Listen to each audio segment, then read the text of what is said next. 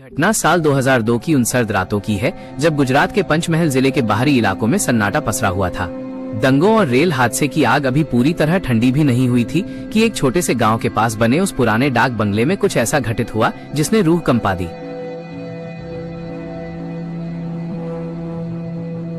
ये कहानी किसी कल्पना पर आधारित नहीं है, बल्कि उन सरकारी दस्तावेजों और गवाहों के बयानों पर टिकी है जिन्होंने उस रात को अपनी आंखों से मौत का तांडव देखा था। उस बंगले का इतिहास जितना पुराना था उतना ही काला भी था, और राघवेंद्र जैसा तार्किक व्यक्ति भी उस रात के बाद फिर कभी पहले जैसा नहीं रह सका।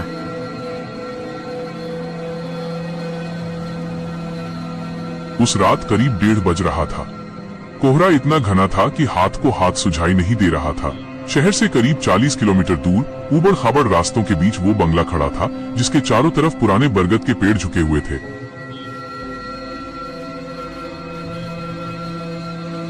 बंगले की दीवारें सीलन से काली पड़ चुकी थीं और उनकी पपड़ियां गिर रही थीं। घर के अंदर राघवेंद्र अपनी पत्नी और 2 बच्चों के साथ सोया हुआ था।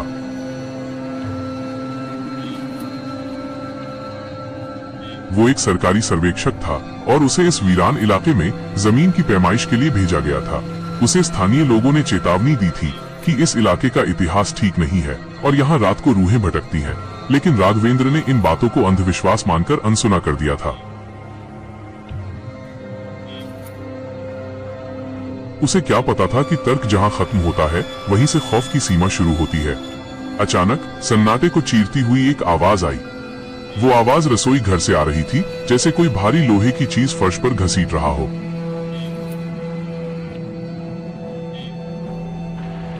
चर्र की वो आवाज इतनी तेज थी कि राघवेंद्र की आंख खुल गई। उसने बगल में सोई अपनी पत्नी मीरा को देखा, जो गहरी नींद में थी। उसने धीरे से टॉर्च उठाई और कमरे से बाहर निकला। बरामदे में सन्नाटा था, लेकिन हवा में एक अजीब सी भारीपन और दुर्गंध तैर रही थी, जैसे कोई पुरानी सड़ी हुई मछली या मांस का टुकड़ा कहीं गल रहा हो। वो रसोई की तरफ बढ़ा। उसके पैर फर्श की ठंडक महसूस कर रहे थे। टॉर्च की रोशनी जैसे ही रसोई के फर्श पर पड़ी, उसके पैर वहीं जम गए। फर्श पर कीचड़ और काले पानी के चिपचिपे निशान थे, जो बाहर के पुराने कुएं से लेकर सीधे गैस चूल्हे तक जा रहे थे।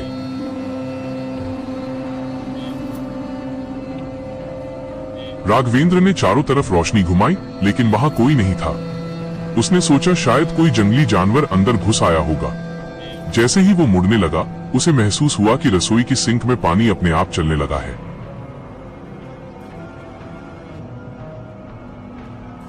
नल से गिरने वाला पानी पारदर्शी नहीं, बल्कि गाढ़ा, चिपचिपा और लाल था। वो बिल्कुल ताजा खून जैसा दिख रहा था और उसकी गंध से राघवेंद्र का जी मिचलाने लगा। उसका दिल तेजी से धड़कने लगा, मानो सीने से बाहर निकल जाएगा। उसने जल्दी से कांपते हाथों से नल बंद किया, लेकिन तभी उसे अपने पीछे किसी के भारी सांसें लेने की आवाज सुनाई दी। वो झटके से पलटा, पर वहां सिर्फ खाली पीली दीवार थी। उसे लगा कि शायद थकान की वजह से उसे भ्रम हो रहा है, लेकिन तभी दीवार पर एक लंबी काली परछाई उभरने लगी। वो परछाई राघवेंद्र की अपनी नहीं थी। वो आकृति बहुत लंबी थी, उसके हाथ घुटनों तक लटक रहे थे और उसकी उंगलियां असामान्य रूप से नुकीली थीं। डर के मारे राघवेंद्र अपने कमरे की तरफ भागा।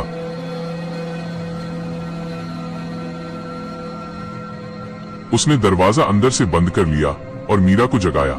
मीरा ने जब उसकी पीली पड़ी हालत देखी तो वो घबरा गई। क्या हुआ? तुम इतने पसीने में क्यों हो? उसने पूछा। राघवेंद्र कुछ बोल पाता, उससे पहले ही कमरे की छत से कुछ टपकने लगा। मीरा के गाल पर एक ठंडी बूंद गिरी। उसने उसे पोंछा और टॉर्च की रोशनी में देखा। वो गाढ़ा काला तेल जैसा कुछ था, जिसमें से वही पुरानी लाश जैसी असहनीय बदबू आ रही थी। ऊपर छत के उस कोने में जहां अंधेरा सबसे ज्यादा घना था, वहां 2 सफेद गोल आंखें चमक रही थीं। वे आंखें पलके नहीं झपका रही थीं, बस एकटक उन दोनों को देख रही थी, जैसे उनका शिकार तय हो चुका हो।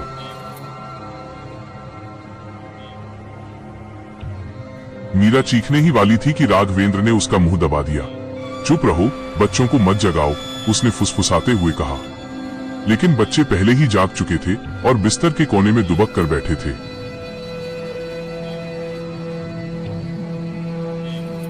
उनका छोटा बेटा सुबकते हुए बोला, पापा, खिड़की के बाहर वो जलता हुआ अंकल कौन है?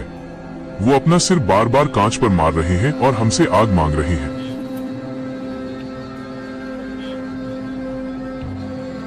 राघवेंद्र ने हिम्मत जुटाकर खिड़की का भारी पर्दा हटाया।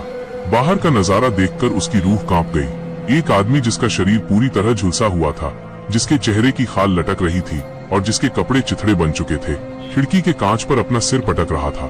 ठक ठक ठक, हर वार के साथ कांच में दरारें पड़ रही थीं। उसके सिर से खून की जगह वही काला तरल पदार्थ निकल रहा था। वो आकृति 2002 के उस भयानक रेल हादसे के पीड़ितों जैसी लग रही थी, जिनकी आत्मा को शांति नहीं मिली थी। राघवेंद्र ने तुरंत अपनी अलमारी से रिवॉल्वर निकाली। उसने खिड़की की तरफ निशाना साधा, लेकिन तभी अचानक पूरे बंगले की बिजली चली गई।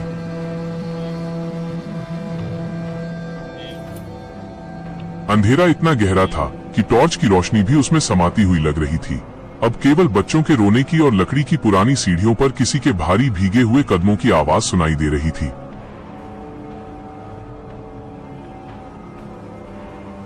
धप धप धप, कदम धीरे धीरे उनके कमरे की तरफ बढ़ रहे थे। हर कदम के साथ घर की दीवारें ऐसे कांप रही थी जैसे कोई विशालकाय चीज अंदर घुसने की कोशिश कर रही हो। राघवेंद्र ने दरवाजे के पीछे भारी लकड़ी का सोफा लगा दिया, लेकिन बाहर से आने वाली आवाज अब बदल चुकी थी। अब वो रोने और गिड़गिड़ाने की आवाज थी, जैसे दर्जनों लोग एक साथ मातम मना रहे हों। हमें अंदर आने दो, हमें बहुत ठंड लग रही है, इस आग को बुझा दो, हमारे बच्चे प्यासे हैं। खिड़की के पीछे से कई डरावनी आवाजें एक साथ गूंजने लगीं।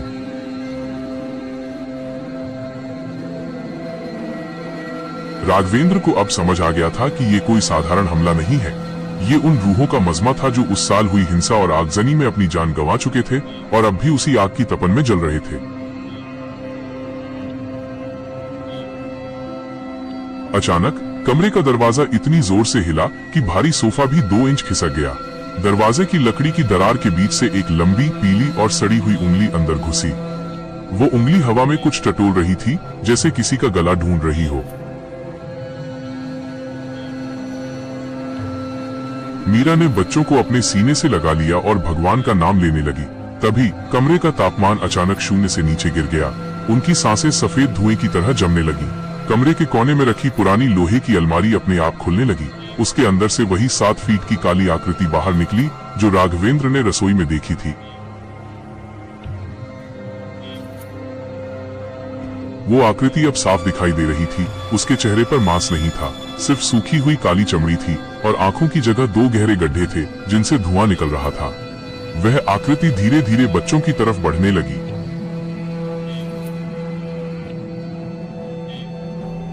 राघवेंद्र ने चीखते हुए गोली चलाई। धाई गोली उस आकृति के पेट के आर पार निकल गई और पीछे की अलमारी में जा धंसी। उस चीज पर कोई असर नहीं हुआ, वो रुकी भी नहीं। उसने अपना लंबा हाथ फैलाया और राघवेंद्र के गले को पकड़ लिया। राघवेंद्र को ऐसा लगा जैसे उसकी गर्दन के चारों तरफ जलती हुई बर्फ की एक जंजीर बांध दी गई हो। उसकी आवाज गले में ही फंस गई। वो छटपटाने लगा और उसकी आंखें बाहर को आने लगी। मीरा ने पास पड़ा एक पीतल का बड़ा कलश उस चीज के सिर पर दे मारा, लेकिन वो चीज कोहरे की तरह हवा में बिखर गई और अगले ही पल मीरा के ठीक पीछे खड़ी हो गई। उसने मीरा के कान में कुछ कहा, ऐसी आवाज में जो हजारों मरते हुए लोगों की कराह जैसी थी। मीरा के कान से खून बहने लगा और वो दर्द के मारे बेहोश होकर गिर पड़ी। राघवेंद्र जमीन पर गिरकर अपनी सांसें वापस पाने की कोशिश करने लगा। उसने देखा कि वो आकृति अब उसके बच्चों के सिर पर अपना हाथ रख रही थी। बच्चों की आंखें सफेद होने लगी थी और उनका शरीर नीला पड़ने लगा था, जैसे उनका जीवन कोई अंदर से निर्दयता से खींच रहा हो। राघवेंद्र ने अपनी आखिरी ताकत जुटाई और पास पड़ी एक पुरानी पोथी उठाई जो उस बंगले के पिछले मालिक, जो एक पुजारी थे, छोड़ गए थे। जैसे ही उसने उसके पन्ने पलटे और उसमें लिखे मंत्र को जोर से पढ़ा, उस आकृति ने एक भयानक चीख मारी।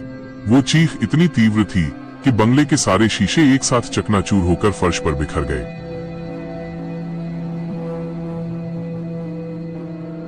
लेकिन खौफ अभी खत्म नहीं हुआ था। बंगले के बाहर का वो काला कोहरा अब घर के अंदर भरने लगा था। राघवेंद्र ने देखा कि बाहर जो सैकड़ों रूहें खड़ी थीं, वे अब खिड़कियों की दरारों और दरवाजे के नीचे से धुएं की तरह अंदर आ रही थीं।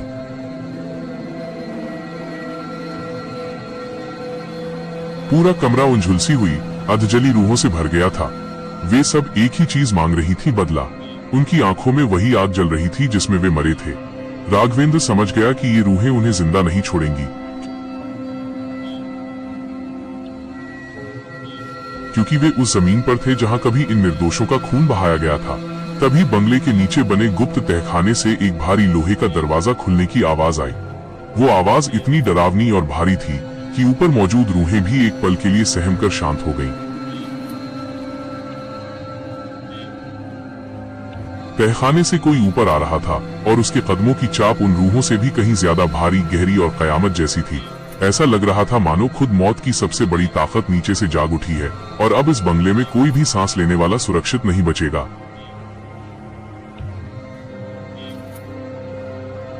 तहखाने की सीढ़ियों से आने वाली वो आहट किसी आम रूह की नहीं थी, बल्कि ऐसा लग रहा था जैसे कोई भारी जंजीरें जमीन पर घसीटी जा रही हों और उनके साथ ही सूखी हुई हड्डियों के टूटने की कर्कश आवाजें आ रही थीं।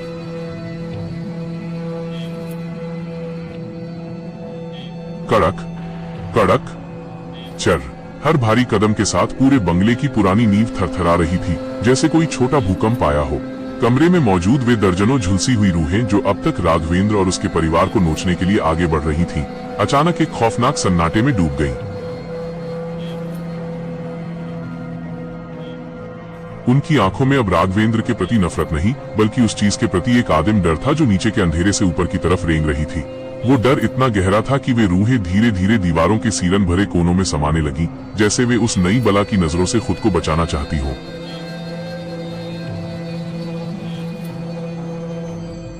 राघवेंद्र अपनी बेहोश पत्नी मीरा और कांपते हुए बच्चों को अपने सीने से सटाकर कमरे के सुदूर कोने में जा दुबका। उसकी टॉर्च की आखिरी रोशनी अब मर रही थी। रह रहकर झिलमिलाती रोशनी में उसे कमरे के दरवाजे पर एक विशाल साया उभरता हुआ दिखा। वो साया करीब 8 फीट ऊंचा था और उसकी चौड़ाई इतनी थी कि वो दरवाजे के फ्रेम को पूरी तरह ढके हुए था। वो कोई धुएं जैसी रूह नहीं थी, बल्कि मांस, लोहे की तारों और सड़ी हुई चमड़ी का एक ऐसा विभत्स ढांचा था जिसे देखकर इंसान की चेतना सुन्न पड़ जाए। उसके हाथ घुटनों से भी नीचे लटक रहे थे और उनकी उंगलियों की जगह लोहे की लंबी लंबी कीलें जैसी हड्डियां बाहर निकली हुई थी। उसके चेहरे पर कोई खाल नहीं थी, बस एक नंगा पीला जबड़ा था जो लगातार ऊपर नीचे हो रहा था, जिससे काला गाढ़ा खून और लार टपक रही थी।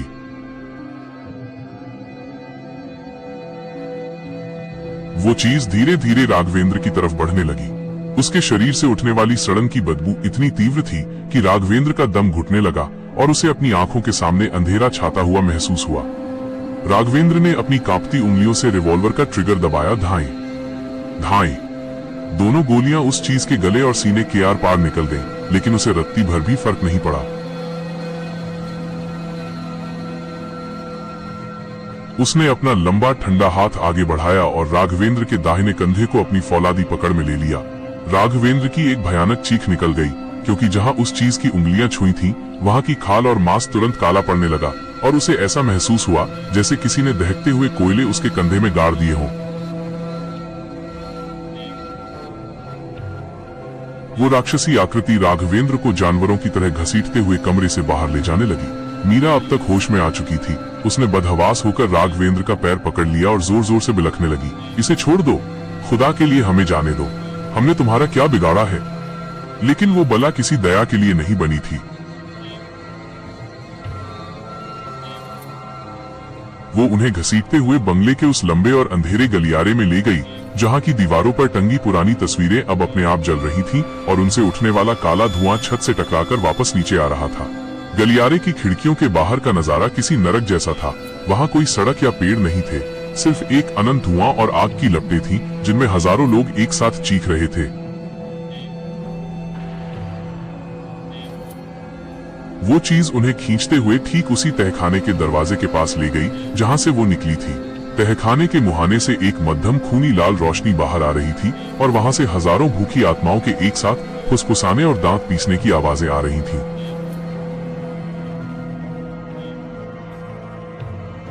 जैसे ही वे तहखाने की पहली सीढ़ी पर पहुंचे, राघवेंद्र ने देखा कि नीचे का फर्श इंसानी खोपड़ियों और अधजली हड्डियों से अटा पड़ा था। यह उस बंगले का वो भयावह सच था जिसे सरकारी फाइलों ने सालों से दबा कर रखा था। 2002 के उन दंगों के दौरान पास के गांव के कुछ असहाय लोग जान बचाने के लिए इस सरकारी बंगले के तहखाने में छिपने आए थे, लेकिन उन्हें वहां ढूंढ लिया गया और अंदर से ताला लगाकर जिंदा जला दिया गया था। उनके शवों को कभी सम्मान के साथ बाहर नहीं निकाला गया और वो 8 फीट की बला कोई और नहीं बल्कि उन सभी जलकर मरे हुए लोगों की सामूहिक तड़प और अटूट बदले की आग से जन्मा एक पिशाच था।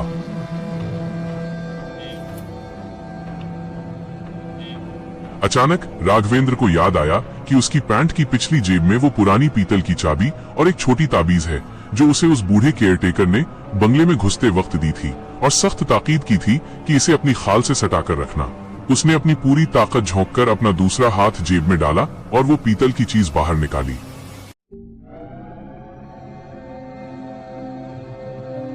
जैसे ही वो लाल खूनी रोशनी उस पीतल की धातु पर पड़ी, वो दिव्य तेज के साथ चमकने लगी। उस साये ने जैसे ही उस रोशनी को देखा, उसने राघवेंद्र को झटके से दूर फेंका और पीछे हटकर एक ऐसी कानफोड़ू आवाज निकाली जैसे हजारों औरतों के रोने और कुत्तों के भौंकने का शोर एक साथ मिल गया हो।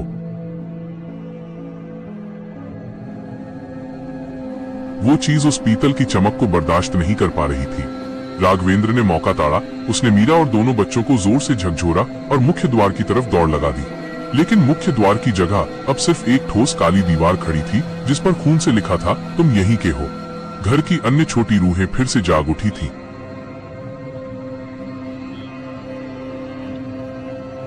वे छत से मकड़ियों की तरह लटक रही थीं और उनके लंबे लंबे काले बाल फर्श पर फंदे की तरह फैल रहे थे ताकि बच्चों के पैर उनमें फंस जाएं।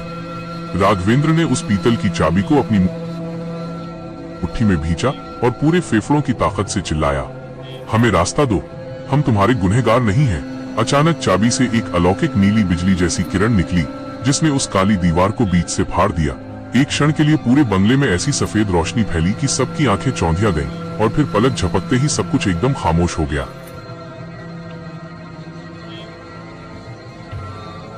जब राघवेंद्र ने अपनी आंखें खोली तो उसने खुद को बंगले के बाहर उसी पुराने सूखे कुएं के पास जमीन पर पड़ा पाया। सुबह की पहली मध्यम किरण बादलों को चीरकर निकल रही थी। कोहरा अब धीरे धीरे कम हो रहा था, लेकिन हवा में अब भी राख और जलने की गंध मौजूद थी। उसने कांपते हुए पीछे मुड़कर उस सरकारी बंगले की तरफ देखा। वो बंगला जो रात भर मौत का अखाड़ा बना हुआ था, अब बिल्कुल वीरान, खंडहर और शांत खड़ा था।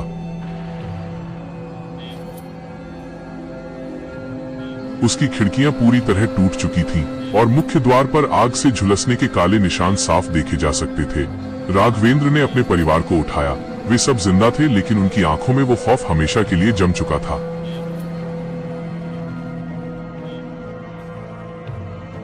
वे तुरंत अपनी जीप की तरफ भागे और बिना पीछे मुड़े उस मनहूस इलाके से मील दूर निकल गए। शहर के अस्पताल पहुंचने के बाद जब राघवेंद्र ने अपनी शर्ट उतारी तो डॉक्टरों के भी होश उड़ गए। उसके दाहिने कंधे पर उस चीज की उंगलियों के निशान एक गहरे काले कोयले जैसे धब्बे के रूप में छप चुके थे। वे निशान किसी भी दवा से नहीं भरे और समय के साथ वे और भी गहरे होते गए।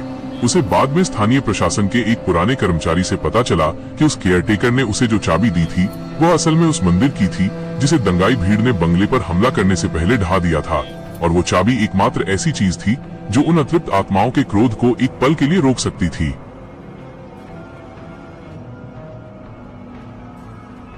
आज उस घटना को कई साल बीत चुके हैं, लेकिन राघवेंद्र के लिए वो रात कभी खत्म नहीं हुई। हर साल जब फरवरी और मार्च का महीना आता है और सर्द हवाएं चलती हैं, तो राघवेंद्र को अपने नए शहर के पक्के मकान में भी वही कड़क कड़क और भारी जंजीरों के घसीटे जाने की आवाजें सुनाई देती हैं। उसे महसूस होता है कि वो 8 फीट का साया आज भी उसी पंचमहल के पुराने तहखाने में खड़ा है, अपनी अधजली आंखों से अंधेरे में झांक रहा है और किसी और सर्वेक्षक या किसी और परिवार के वहां आने का इंतजार कर रहा है। उसका छोटा बेटा जो अब बड़ा हो चुका है, आज भी रात के तीसरे पहर अचानक चीखकर उठ जाता है और खिड़की के बाहर शून्य में देखते हुए कहता है, पापा, वो अंकल अभी भी बाहर खड़े हैं। वो कह रहे हैं कि आग अभी बुझी नहीं है, खौफ कभी नहीं मरता, वो बस वक्त की चादर ओढ़कर अगली बलि का इंतजार करता है।